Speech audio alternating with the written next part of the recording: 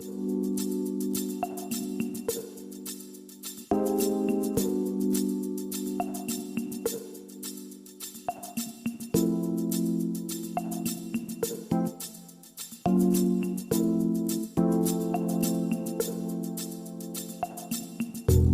you to all of you for being here tonight. Thank you to our volunteers. Please check out Rachel over at the merch table over there. We've got fantastic Union Made merchandise available tonight, including this t-shirt that commemorates tonight's event. All right, I won't take up any more of your time, but thank you again for joining Mayworks, and I'll pass it over to the incredible Shelley Fashion, without whom none of this would happen. So please give it up to Shelley Fashion. Well, good evening, everyone, and thank you. We're here to celebrate the 25th anniversary of the occupation of the Canada Employment Centre. So thank you all for coming out. This evening blends storytelling by two of the masterminds of this occupation, which went on for 133 days on Gottingen Street, and includes music, because music, as you know, is the great unifier, and it kept us going, it kept our spirits alive while we were all there, living, sleeping, eating in there. So, and also, it also includes poetry from our amazing poet, L. Jones. So, yeah, I know, we've got a lot of wonderful things happening here. So I also wanted to recognize that we in the African Nova Scotian presence have been here for 400 plus years, and is one of the foundational nations, and the legacy of our communities lay within Mi'kma'ki. So finally, I have to thank our sponsors. Mayworks Sebastian, I call him Dr. Sebastian, he's been my therapist almost. I've been whining to him a year and a half. So thank you, Dr. Sebastian. The Status of Women and the Lynn Jones, you've seen all those beautiful pictures. They come from the Lynn Jones collection housed at the St. Mary's Archives. So if you ever get an opportunity to get over there, you're going to see so many wonderful capsules, time capsules. So I would encourage you to go see her collection.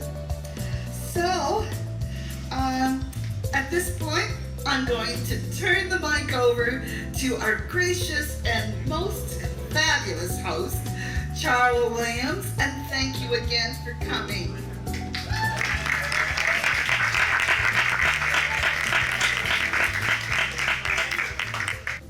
We're here to celebrate the fact that community came together. A coalition was developed.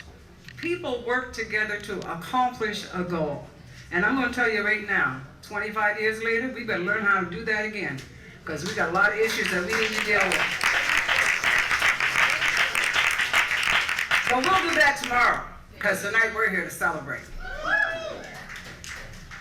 So first on the bill, we have none other than this handsome man sitting to my right, Corey Adams. Thank you very much. This particular song I'm going to do is very dear to my heart.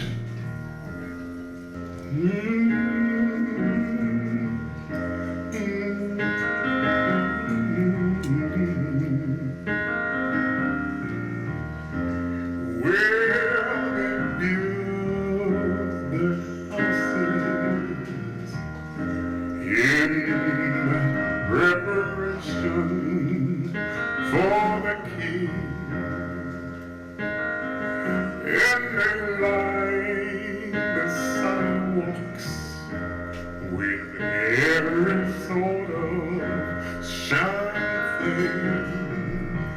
They will please to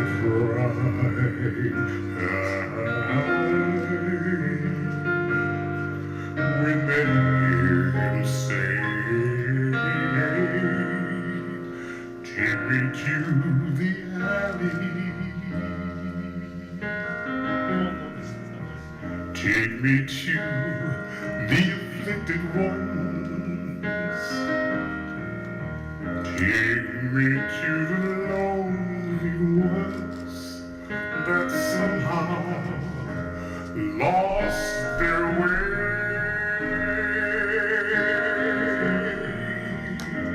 Let them hear him say, oh,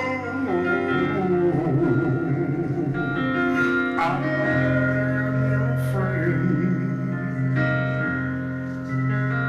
Come sit at my table.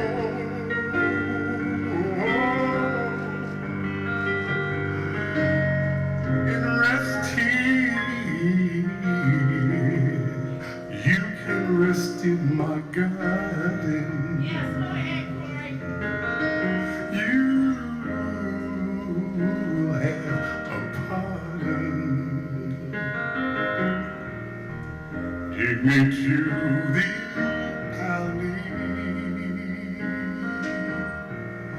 Take me to the afflicted ones.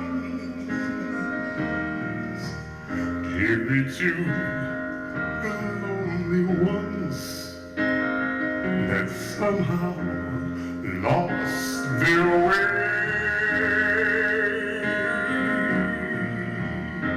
Let them hear me say,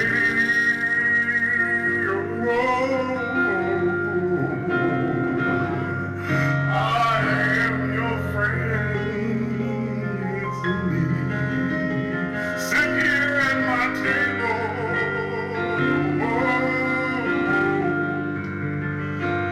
And rest you will receive a pardon. You receive a pardon.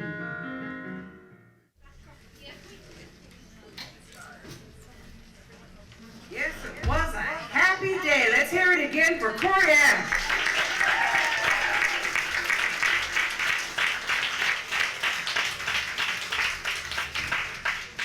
And, you know, jazz and gospel go so well together, especially when we're talking about this particular community. So it's wonderful to maintain the evolution of the community. And right now we have coming to the microphone, as I was told to say, not by him. Ladies and gentlemen, with no further ado, I want you to put your hands together and join me in welcoming to the stage MAJE.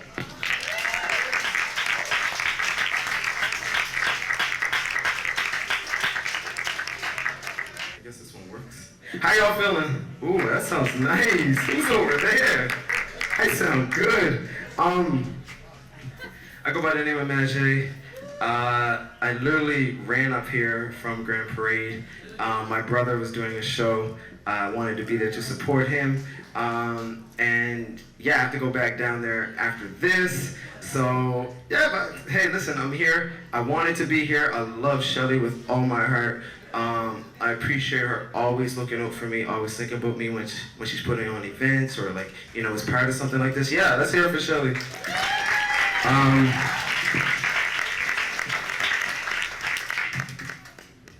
Hey, those nachos look serious.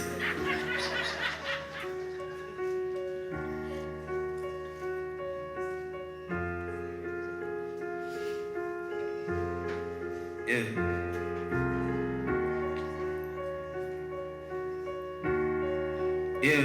Yeah. I said it's your time, your time, your time. It's your time to shine. I know you've been looking for some real peace of mind. You feel like your heart is broken, you can have a peace of mind. Can't wipe away history, but we can wipe away tears. They gave us a month, let's celebrate all year. Don't let them interrupt, don't let them interfere. Stigmas won't disappear, but we ain't going anywhere. We kings and queens, you know how we get down. So wear that afro like a crown, and don't let them tell you story, cause you know that they'll leave things out and throw no shade on the potential that we bring. Oh, want you to keep quiet and just play your part. I know the system don't love you, but keep loving your heart. So even when it's going down, just like Jock said, you gotta keep your head up, just like Pop said. And you gotta smile, cause you got that smile. I said you gotta smile, cause you got that smile. You make it light up, light up. I said you gotta smile, cause you got that smile. I said you gotta smile, cause you got that. Yeah, with all the odds against you before you even begin, it gets hard to see ways in which we can win. I'm talking Viola Desmond, Harriet Tubman, but keep fighting. It's gonna work out like you've been in the gym. The whole world judging you, you gotta plead your case. All while keeping that beautiful smile on your face. Your past keep calling, everything falling, but be patient. Everything is just falling in place. Gotta have a little faith before we see the light. In the words of Kendrick Lamar, we gon' be alright. And keep playing our black anthems in our stereos, cause it gets hard to hear our music over the stereotypes. Want you to keep quiet and just play your part. I know the system don't love you, but keep loving your heart. So even when it's going down, just like Jock said, you gotta keep your head up, just like Pop said. And you gotta smile, cause you got that. You still with me? You gotta smile, cause you got that smile. You make it light up, light up. I said you gotta smile, cause you got that smile. Them pearly whites. I say you gotta smile. Hey, hey, hey. They say the blacker the berry, the darker the roots. I say the darker the berry, the blacker the juice. I give a holler to my sisters on welfare. Tupac cares if don't nobody else care. Hey, I know they like to beat you down a lot. When you come around the block, brothers clown a lot. But don't cry, dry your eyes, never let up. Forgive, but don't forget, girl, keep your head up. And when he tells you you ain't nothing, don't believe him. And if he can't learn to love you, you should leave him. Cause sister, you don't need him. And I ain't trying to gas you up, I just call it how I see it. You know what makes me unhappy? When brothers make babies and leave a young mother to be a pappy. And since we all came from a woman, got our game from a woman, and our name from a woman, I wonder why we hate our women, why we rape our women, why we take from our women. I think it's time that we, I guess if he cut out on me. It's time to heal our women, keep it real with our women. Cause if we don't, we'll have a race of babies that I hate the ladies that made the babies. And since a man can't make one, he has no right to tell a woman when and where to create one. So will the real man get up? I know you fed up, but baby, keep your head up. Thank y'all. Mask on, mask off stuff is driving me crazy. I don't know whether I'm coming or going, but I'll figure it out before the night's over. That young man, I gotta tell you, I am very impressed with his lyrics. And a lot of these young people, but him in particular, because they give thought to what they're saying, and they're really giving voice to the concerns of today. So I applaud him and all of these young folk who are out there doing that, the hip-hop. But we're going to now turn our attention to a couple of folks who I knew when they were young. They're not as young as they used to be. They're not as young as they were 25 years ago. Because I think Lynn was 3 and Carolann was 2. Very evolved. Dr. Lynn Jones is a community and labor activist and a womanist and feminist who grew up in Truro, Nova Scotia. From the time she was a child, she struggled against racism, sexism, and discrimination. She protested against the Vietnam and Nigerian Biafra wars in university. Upon moving to Halifax, she advocated for better access to post-secondary education for Black and Aboriginal students. Jones became a strong labor activist with the Public Service Alliance of Canada, and then became the first person of color to be elected vice president of the Canadian Labour Congress.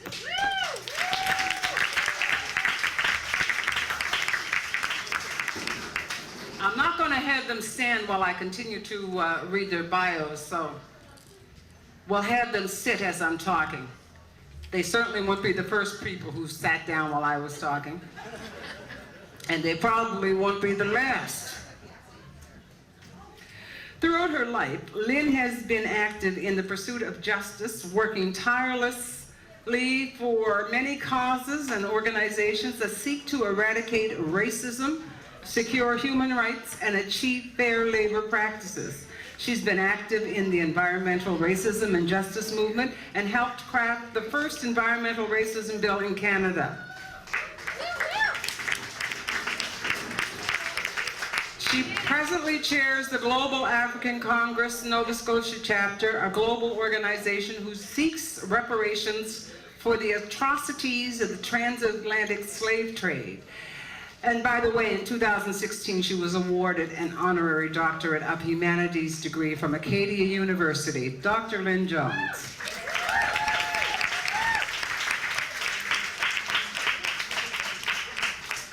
And I laughed when I read the bio for this next person because her title takes a line and a half.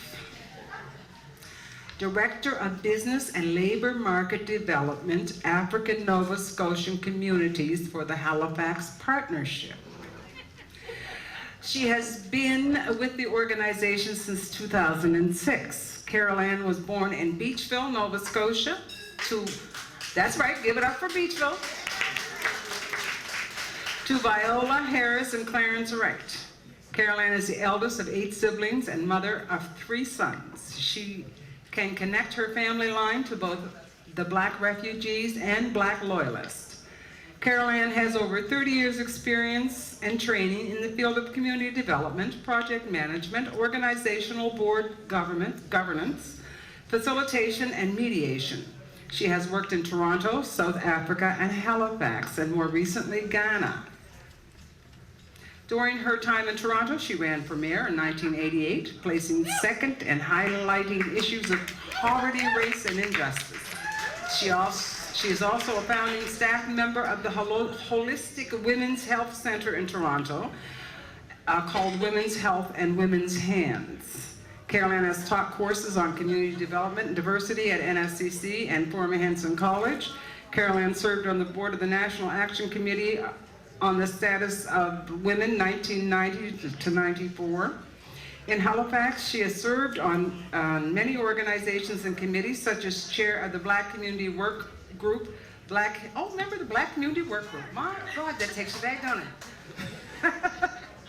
And the Black History Month Committee. Presently, Carolann is a member of the Nova Scotia Mass Choir, sits on the Beachville Lakeside Timberley Center Development Committee, and is head coach for 12 and under girls at the Metro Elite Basketball Academy. And I have to add, she's also presently the chair of the Social Justice Committee of the African United Baptist Association, as you might have heard this week. So these are 2 sister warriors who were in the trenches, in the struggles, and they're going to tell you some stories about that time. Dr. Lynn Jones and Carolann Wright.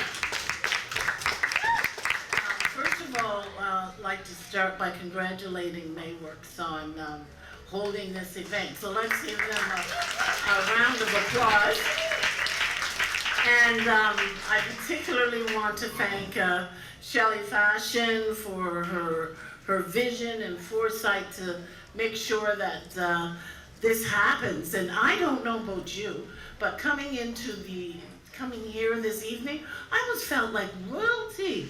Her bestie, Deanna Spock, met me at the door and said, "Well, Dr. Lynn, you need to be seated and what have you." And then a young, tall, dark, and couple of tall, dark, handsome men met me and helped me through the door. And oh my gosh, it's just a wonderful feeling. To be acknowledged. I don't even need to speak because whatever for. We're done. We're done.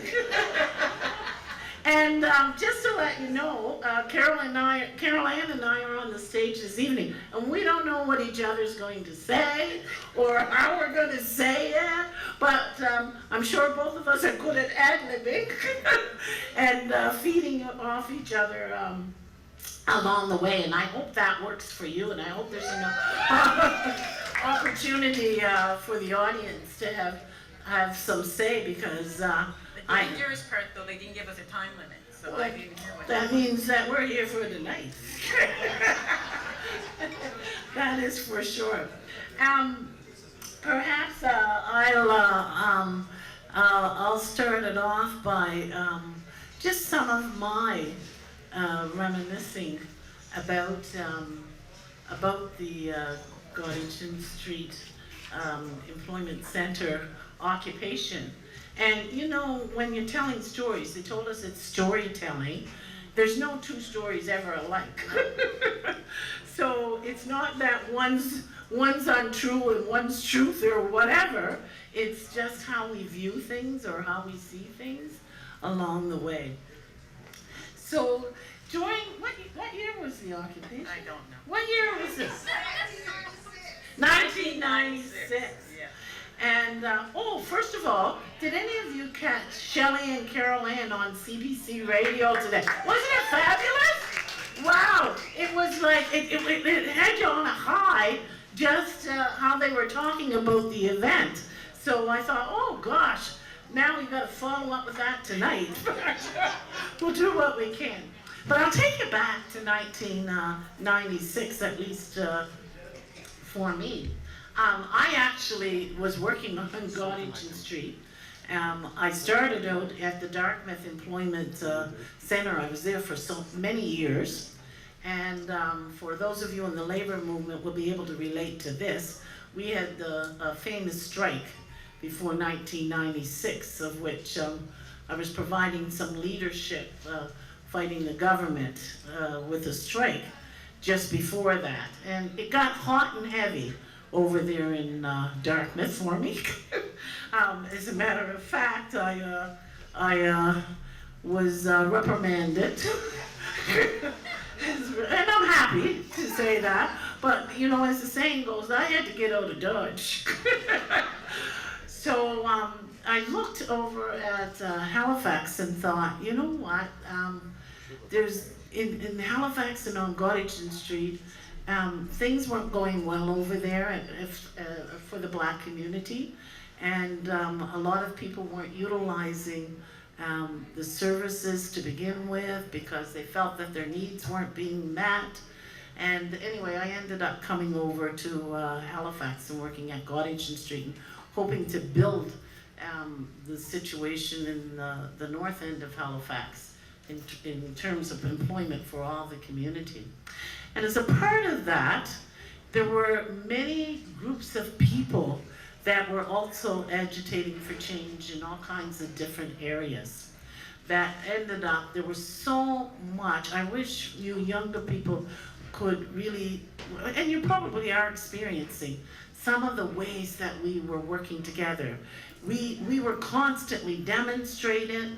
In fact, we had a team that was called the Rent-A-Demo team, and we just moved from one concern to the other, supporting each other along the way for demonstrations. And so we formed a really good allyship without even necessarily naming it at that time. We just did it.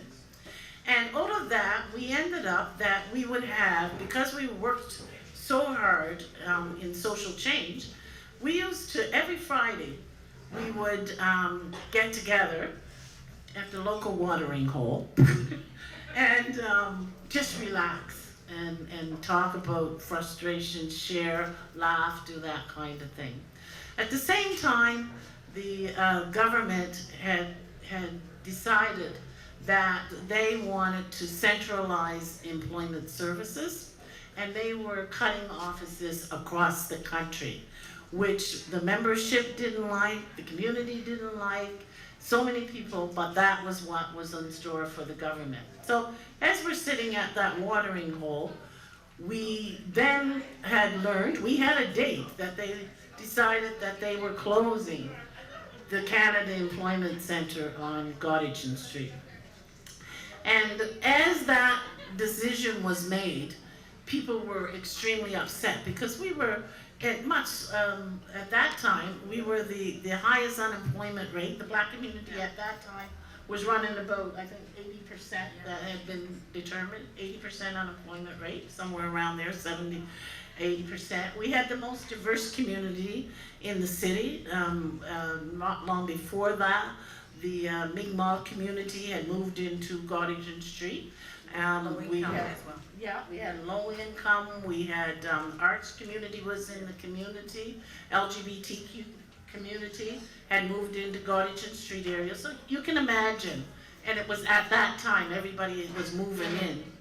And yet they were pulling out these necessary employment services. So at that table, we were discussing what could we do about Gottingen Street. And someone came up, and I can say the name, and I don't know if she's in the audience.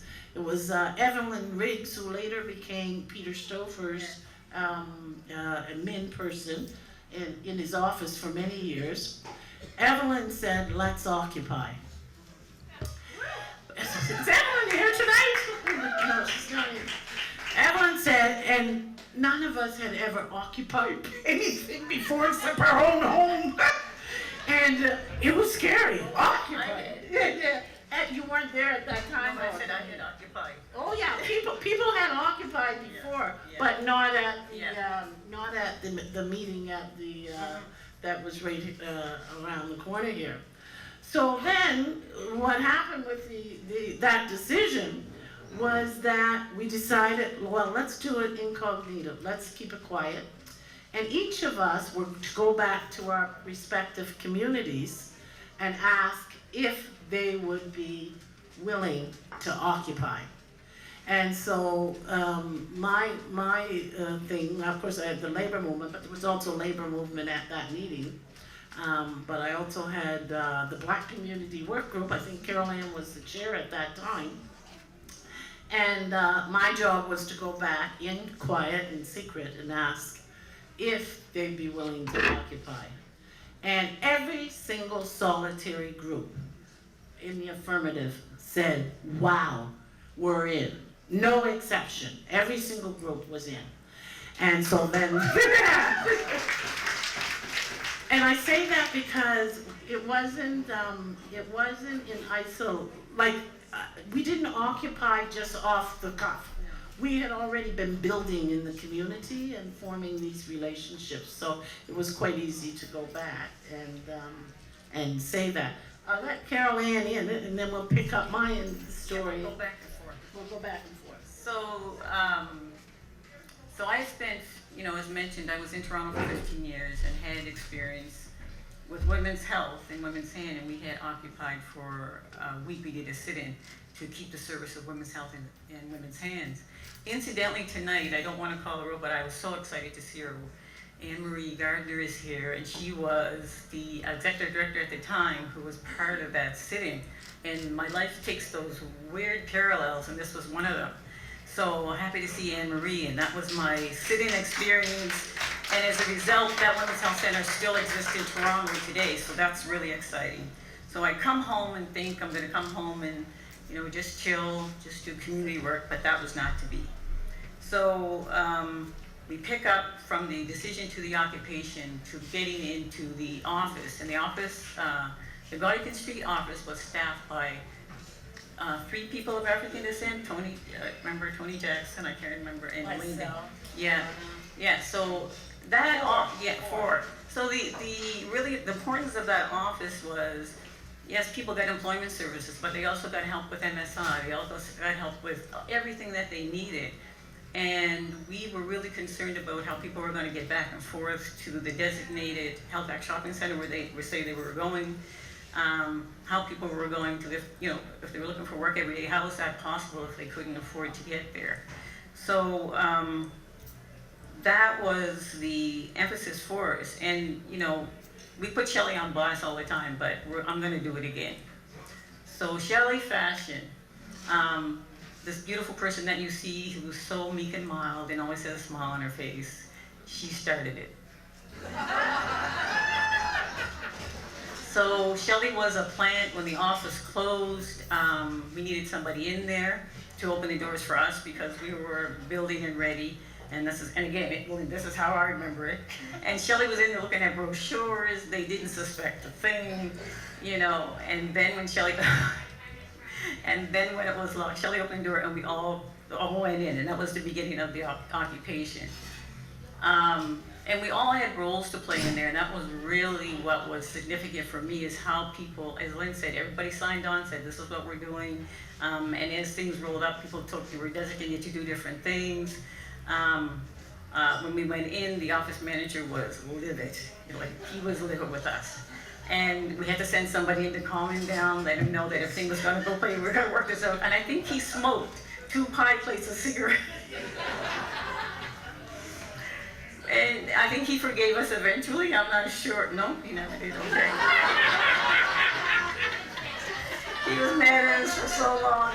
But we just told him we were trying to protect you, and that if you knew, then you would be complicit in this and possibly be fired. So our job was to do the occupation, protect the staff that were there, because that's a real threat. And Lynn will, I'm sure, emphasize, talk about more of this, and Shelley and I talked about it today. It wasn't just about occupying, it was the learnings that happened every day, and people were really coordinated around the learnings. What's going on today? What are we doing the next day? What do we need to do? And the skill set in that room or during that occupation was quite incredible. I mean, incredible. We had parades, and it was just not your typical sit-in. It was not your typical occupation, but it was a real successful one. So for me, some of the things were, I think I was designated to call folks. You know, I end up in a media position every time for whatever reason. The alderman at the time, I remember, was Alderman Downey. He was called the alderman at that time.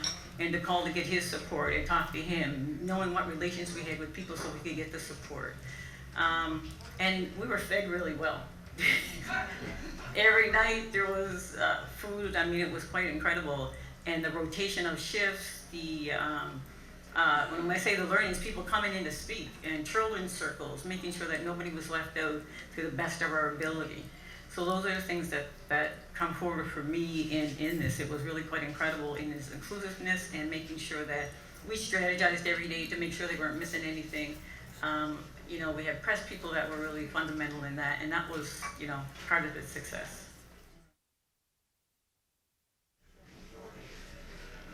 Now we have some more musical entertainment for you. I can get this microphone to work with me. Okay. Coming to the stage, we have former president of the award-winning Nova Scotia Mass Choir, Linda Carvery. Thank you. Before I begin, if I'm not mistaken, I think Dr. Lynn Jones mentioned something about a couple of tall, dark, and handsome men met her at the door. Well, I got one right here assisting me, Harvey Miller, so put your hands together for Harvey Miller.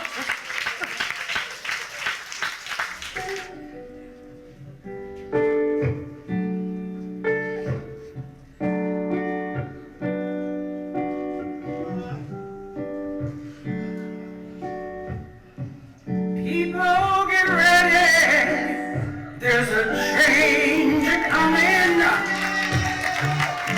picking up momentum from coast to coast. All you need is faith to keep the engines humming.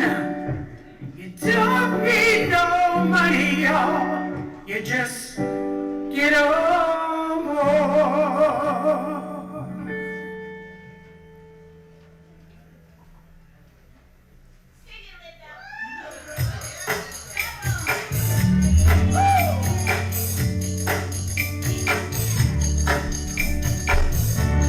I can see clearly now, the rain is gone. Oh yeah, I can see all the obstacles in my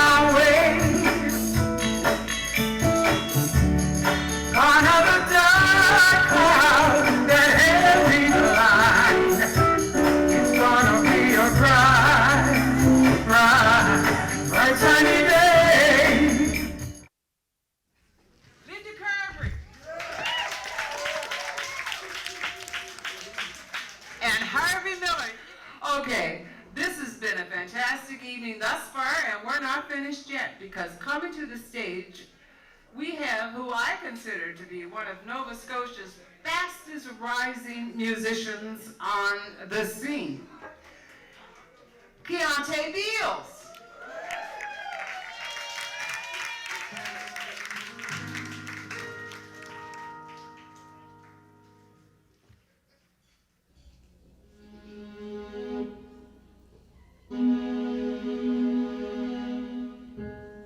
How's everybody feeling? Come on, y'all can be better than that. How's everybody feeling out there? Yeah. So my name is Keonte Beals. I come all the way from North Preston, Nova Scotia. Anybody know North Preston? Let me see your hands in there. Y'all know North Preston? And that's the place that I call home. And I'm so honored and so grateful to be here tonight. Thank you so much, Shelley, and everybody who's been a part of getting me here. You know, there's been some legends on the stage. We have Dr. Lynn Jones and Linda Carvery. I'm so honored to be here, to be a part of this event that's so full of strength and love and community.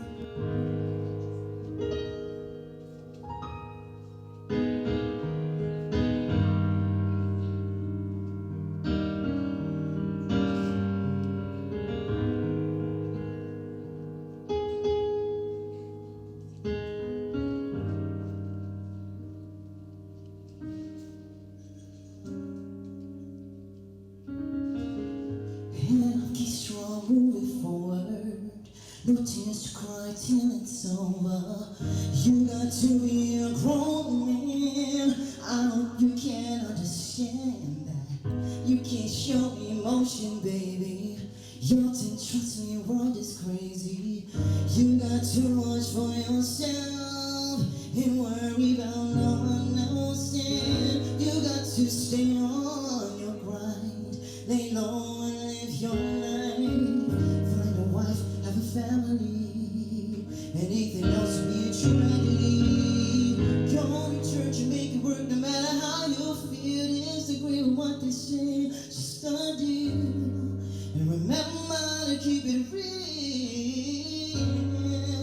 And can remember all the times I was told to be a man and understand that the only way to show your worth, to hide your feelings under cover. All emotion dead and gone. It was wrong from the start. It didn't matter what was shared. I always had to feel that way. It doesn't matter what your skin color. It only matters what you think, brother. Meanwhile, we out there killing each other. Police brutality for all of us. Meanwhile, we're still told you are a king. How can we believe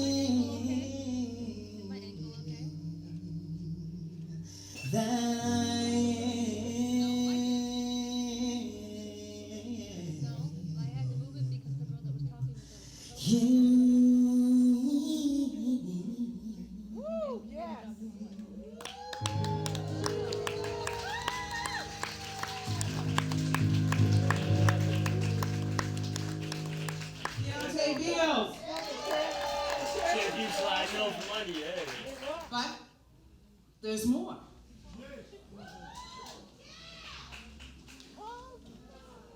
L. Jones. Excuse moi. Dr. L. Jones is a poet, journalist, professor, and activist living in Halifax, Nova Scotia. Now, she was born in Wales and grew up in Winnipeg. She was Halifax Poet Laureate from 2013 to 2015. Her book, Live from the African Resistance, published in 2014 by Roseway and imprint of Fernwood Publishing, is a collection of poems about resisting white colonialism.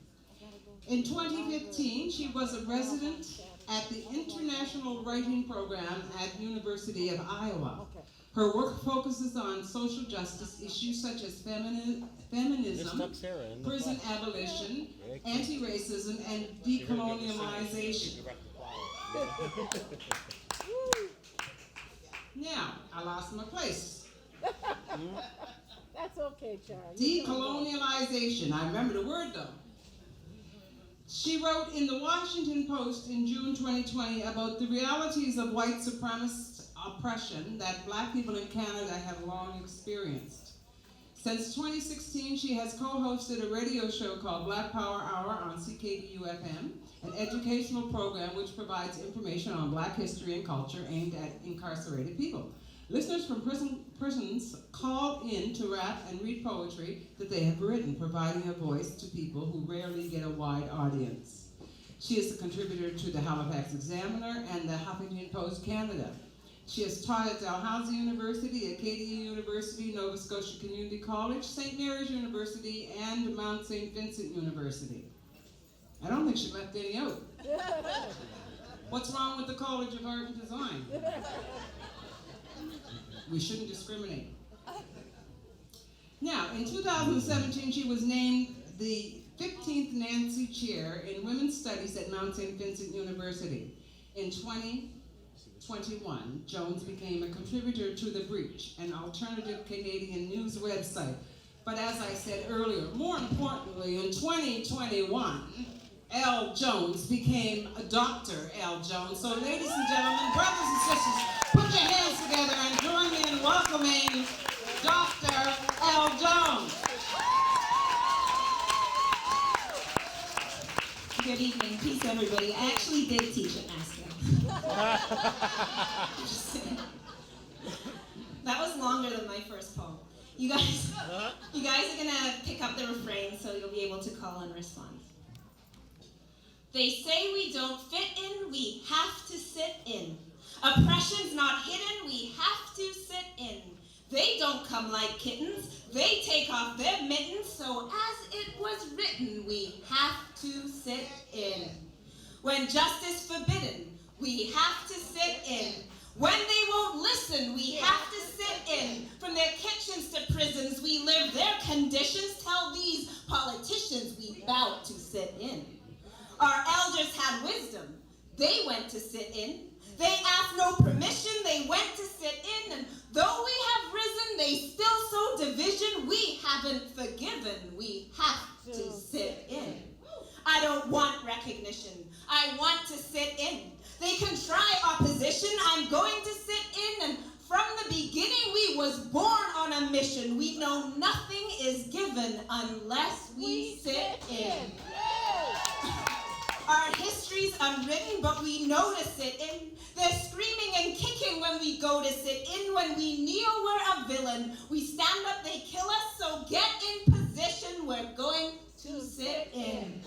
Pass round that petition and go and sit in. Build that coalition so we can sit in. My course is collision. I've tried my religion, but my other cheek's tingling. It's time to sit in. So throw those black fists, we ain't scared to sit in. United, we're winning when we all sit in to break our resilience. They offer us millions, but Viola's still whispering, we have to sit in. Tell Karen and Dylan we're here to sit in. P.S. in addition, they can't stop our sit in. So grab some fried chicken, call Downey's and Dixon's keys in.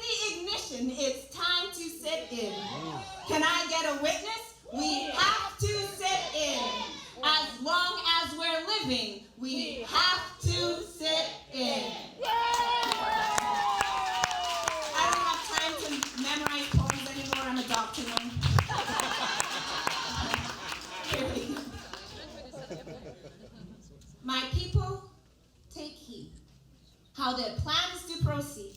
If you don't want black people to breathe, then you don't let them read. And when a people can't read, then they can't sign the deed, and then you can take whatever you need. Take their land with no fee, they don't have to agree. And you can just claim whatever you steal, or maybe a place for their pets to go pee, and they run around the park while black people ain't free. If they build a place to pray, bulldoze it away. If they gather to learn, then let it all burn. Don't give them cash, dump your trash, and whatever they ask, tell them people like them just add up to the task. Don't give them jobs, watch them rob. Give them guns, watch the fun, watch their grandmothers sob. Jail them all when you're done. Don't give them seas, let them bleed. Deprivation's the key. Let them clean, screen them out, don't let them get a degree. Move in, build the condos, and force them to leave. And whatever they achieve, find a way to go thieve. They're not homes, they're just shacks. There's no home when you're black. And in their backyard run the railroad tracks. Don't give them those services, though they pay tax. Make them walk behind you with a weight on their back. And when they die, put their bodies away in the back. Garbage trucks are good enough for their stuff when they pack. So don't let them relax. Let them work till they crack and crack down on them. Say that they pimp and sell crack. Relocate them by sewage and by the smokestacks. And when they become numbers and stats, tell them that's just the facts. They don't know why we won't die. But we're strong, we've survived. With all that they've tried to rule and divide, to control and deprive, but they haven't succeeded. In fact, we just rise like a garden they've weeded, like a forest revives once the fire's receded. They tell us we're inferior, we've never believed it. Judged by our skin and not our interiors against the odds, plus with God we are never defeated. With their greed, we've been cheated. Just look how we're treated. Slavery and Jim Crow, it's always repeated, and yet, with our sweat, with our faith and our blood, if they don't pay the debt, they can't hold back the flood. Did you see us this summer, all over their streets? But don't be fooled, we're not cool staying down on our knees. This is land that we're owed, and we're not saying please. And apologies, no, they are never enough. And no, not fake churches, we're calling your bluff. Give us land, reparations, we want back our stuff. Or did you forget that our people are tough? Oh, yeah. And there's new generations and they're coming up. And do you see the elders, the looks on their faces? So don't play your games with your cash and suitcases, with your maps where black people you try to erase us. All this spirit, it never has faded. And we won't be persuaded. Too long we have waited. Justice won't be denied even though you've delayed it. And maybe we marched it, or maybe we prayed it, but the arc of the universe always is weighted to justice, to freedom. It bends. We can make it. We've already come through the destruction and hatred. And I know their sundial don't catch the sun with the way it's positioned. But we all know what time it is. Don't get it twisted. And all your statistics, the addicted, afflicted, convicted, kicked down, victimized on assistance, we're not how we're depicted. We're not afraid now. I don't know how you've missed it. And the blood in our veins is a powerful liquid. So when you see us out here, all clapping and singing, you can hear the church bell that will always be ringing. It will always be ringing with the songs of the field. We're all standing up from the places we've kneeled, and our faith is our shield. Our spines made of steel, we've been raised in the dark. We're strategic and patient. The spark in our eyes is pure determination. Our ancestors have put you on notification. We won't stop till you give us our full reparations. Thank you, everybody.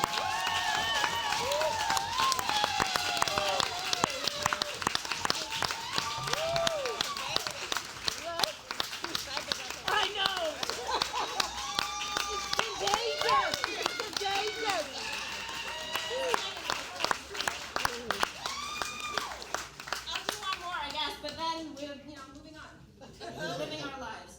Okay. This is from Emancipation Day.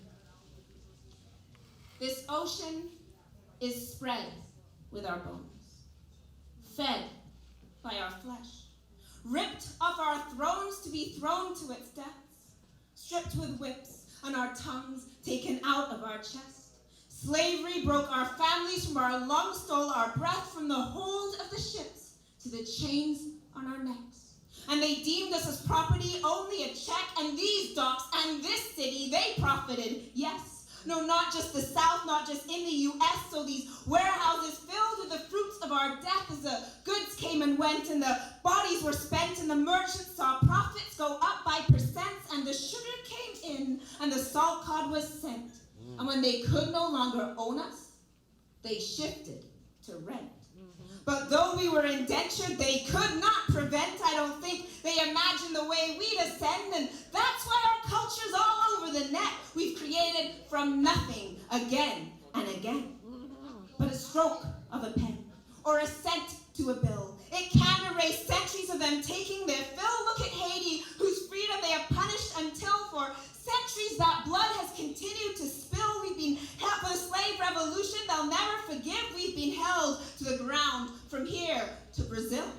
And oh God, did we build? We built Citadel Hill, left on the rockiest lands that we tended with skill. We weren't meant to survive, they intended to kill. And we're only still here by our faith and our will. And still we can't rest. We're still treated as guests. Still we are tested, street checked, and arrested. Still slave on their farms, picking fruit unprotected in the streets, named for slave owners, still uncorrected. You can't look in our face and say we're truly accepted in our ancestors' dreams, unfulfilled and deferred. But we still believe freedom is more than a word, and we won't end our struggle on August the 1st, and we will not dry up in the sun. We won't burn. There is power in our steps. We're done waiting our turn. But this still isn't freedom. Not yet. We have made it so far, but there's further to get while you still cross the street because you think we're a threat, and you still send police to kick us out of our tents, and we still live in a world where black life is condemned while our modern oppressors come round like their friends, and they offer us grants for our pressure to end, but we will not be bought, and our struggle won't sell because we know we inherit generations of strength.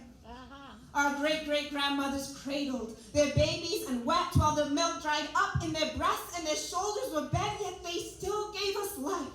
We are here in their debt, and what we owe each other can only be felt. And that's why we pass on the streets, we nod with our heads, and that's why when we're pressed, we will always protest. Like the moon and the waves are a timeless duet, we are pulled by our history to never relent. And what you don't see is the love we still lend. We can't even say our lives matter without causing offense, and yet we're not broken and we will not bend. For every concession they try to reject, freedom never was given. We crawled and we crept for every inch we progressed. There is so much still left. But emancipation still comes through the pain and the theft, and there still isn't freedom. Not yet. The destruction of Africville we can't forget, nor the graves where our bodies are buried unmarked, nor our elders' land titles exploited by sharks, not while children still hate that their skin tone is dark, not while children still doubt they could ever be smart, but the hope and dream of the slave still burns in our hearts. Our elders have carried us over this far. Until everyone's free, we still follow that star, just like all of our people who died unremarked. Because we are called, as the spiritual said. We're not meant to be here. We are meant to be dead. And so every day of our presence is blessed. And one day we'll be living our life at its best. But there's not one black life that will ever be left. Until we all stand together, we will not accept, because there still isn't freedom. Not yet. We have made it this far. There is further to get. Thank you.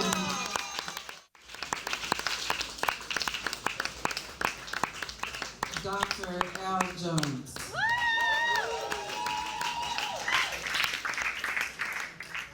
You know, we're coming to the conclusion, but before we do, I would like to know who here in this room was involved in the occupation in 1996. Because I know there were a lot of people who are in this room who were, I don't care if you read a newspaper article about it. Do you understand what I'm saying? There were a lot of people who were present and a lot of people who were supportive in other ways. So I would like all of those people in the room who might have participated in any way in the occupation of the employment office in Gottingen Street in 1996. Please stand. Come on, I know you're here. There's more beside me. I can't even get up. I can't see because these are our pioneers. These are the people who are putting it down, holding it down for us.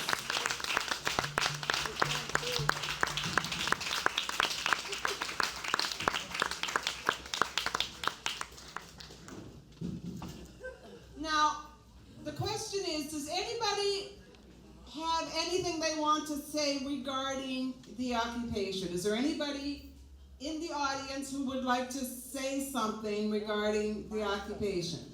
And if so, I'm going to ask you to come forward, because the microphones are on the stage and this is where we need you. Think the fact that, this community rose up, and everybody from the homeless people to the folks that, thought they were, pretty special, all participated some way. And who we really have to thank is Reverend Skier. The church, the North End Council of Churches, did the final negotiations and worked really hard to make sure that, we didn't lose. Reverend Moria. Moria. And so, like what was called the Black Community Work Group was, a coalition of agencies in this North End, and they worked hard. But it was the regular folks, like the guys that didn't have the day-to-day temporary work service that still came by and helped. And and I'm just trying to think of, there were poets and just so much fun. So we have to thank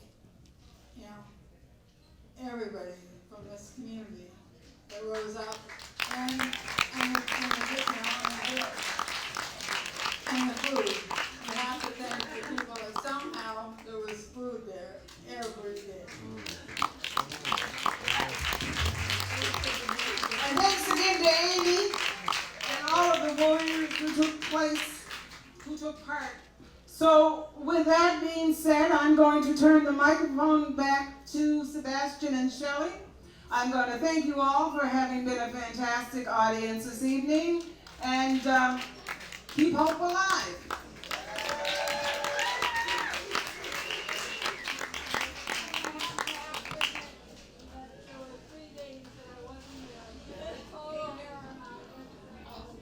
I'm the shortest one. I just want to say how grateful I am for you to all come and share this story. The storytellers, the singer-songwriters, the poets, they were all a part of the community and all part of the occupation. And I'm just brimming with gratefulness. Thank you so much. Good night.